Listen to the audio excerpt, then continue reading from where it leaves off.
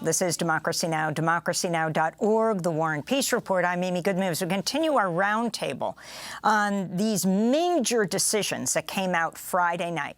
Two federal judges handing down conflicting decisions on the abortion pill mifepristone. An anti-abortion Trump-appointed judge in Texas halting the 23-year-old FDA approval of the drug, while a judge in Washington state ordered the FDA to maintain the status quo on the abortion pill. In 17 states where the attorneys general had brought a lawsuit, including the District of Columbia. For more, we're joined by Jessica Mason Pieklo, executive director of Rewire News Group, author of The End of Roe v. Wade, Inside the Right's Plan to Destroy Legal Abortion. Jessica, if I can get your response to these decisions. Clearly in Washington state, the judge was waiting for the ruling from Texas and then handed down his. And then talk about what's happening in Iowa, with the attorney general halting payments for rape victims' contraceptives and abortions. And the reason I'm putting these two together is this is a full frontal assault. It really is. Good morning. Thank you so much for having me. And I think what we are really seeing are the second, third, and fourth dominoes falling as a result, not just of the Dobbs decision, but of the Supreme Court's decision a year prior to that to let Texas's SB 8 take effect on the shadow docket. Those decisions cumulatively have sent a signal to conservative judges across the country that they can behave in any manner they choose when it comes to restricting reproductive autonomy. These decisions out of Texas and the actions taken in Iowa are lawless, and we need to call them lawless. It's good that the Democratic attorneys general filed the lawsuit in Washington as a countermeasure, because what we have now is a full picture of what trying to secure abortion rights and access via the federal courts looks like now. And it is competing jurisdictions shopping for favorable decisions, which is a poor sign, as Alexis McGill-Johnson indicated before me, on the health of our democracy. This is truly a constitutional crisis we find ourselves in. So if you can talk about what happened in Iowa, this came out last week. The Des Moines Register reported it. Mm-hmm. Right. So what we have now is an attorney general who is sua sponte, on her own, functionally saying, I am going to review our policy, state policy, to see if we should be reimbursing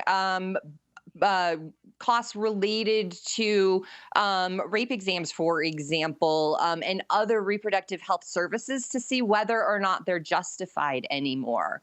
What we are hearing are conservatives coalescing around the idea that reproductive health care is never necessary for women and people who can become pregnant, and that is alarming.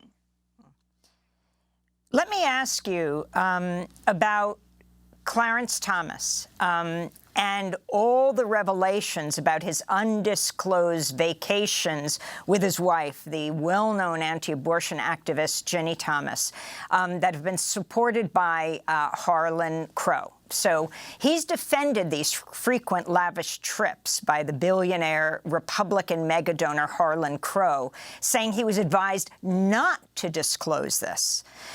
Thomas also referred to Crow and his wife as being among his family's dearest friends. Meanwhile, more information is emerging about Harlan Crow, in which a tour of his Dallas area mansion revealed he has a Nazi memorabilia collection, including a signed copy of Mein Kampf from Hitler, paintings by Hitler, Nazi medallions, swastika-embossed linens, and a garden filled with statues of 20th century dictators. Now, I'm bringing this up here because when all this was coming out, there was also a painting of a group sitting around together, Harlan Crow, the dear friend of the Supreme Court Justice Clarence Thomas, next to Leonard Leo, founder of the Federalist Society. The Federalist Society, so key in the rise of Judge Kaczmarek in Amarillo, Texas. If you can talk about this through line.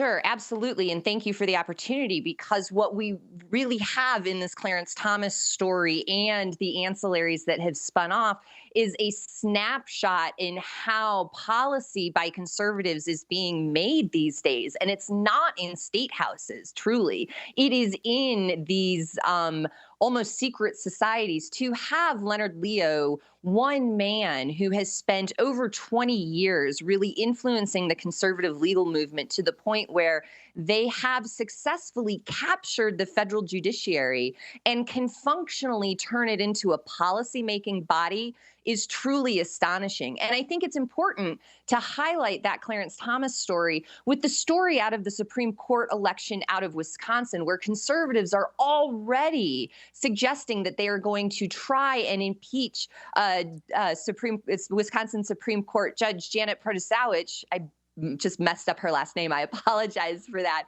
But just simply for winning, because if Democrats win elections, according to conservatives, something must be amiss. Yet here we have the story of Clarence Thomas functionally amassing and retaining power simply by his access to a few wealthy donors. The contrast is shocking. I want to read from Jezebel, which reports Judge Kaczmarek also has deep connections to the Conservative Federalist Society, which have not been previously reported. President Trump picked all 3 of his Supreme Court justices from a Federalist Society vetted list that was personally curated by the group's former executive vice president and current co-chair of the board, Leonard Leo. The Post reported that Kaczmarek, the Washington Post, had attended meetings in law school and remains affiliated with the group, but that doesn't adequately describe his ties. Kaczmarek actually co-founded the Fort Worth, Texas chapter of the Federalist Society, has spoken at least 10 of its events, most recently in New Orleans. The same day final briefs were due in the abortion pill case. Leonard Leo himself has financial ties to the firm where Kaczmarek worked immediately before becoming a judge. After Trump first nominated Kaczmarek in 2017, First Liberty Institute began paying the Leo-aligned firm CRC advisors over $100,000 a year. At a February 2020 meeting, First Liberty Institute President, CEO Kelly Shackelford bragged about the wide-ranging efforts staged by various groups to influence Trump's selections for federal judges, saying some of us literally opened a whole operation on judicial nominations and vetting, he said. We poured millions of dollars into this to make sure the president has good information he picks the best judges. And then, finally, Leo's money is also being used to advance the abortion pill lawsuit specifically.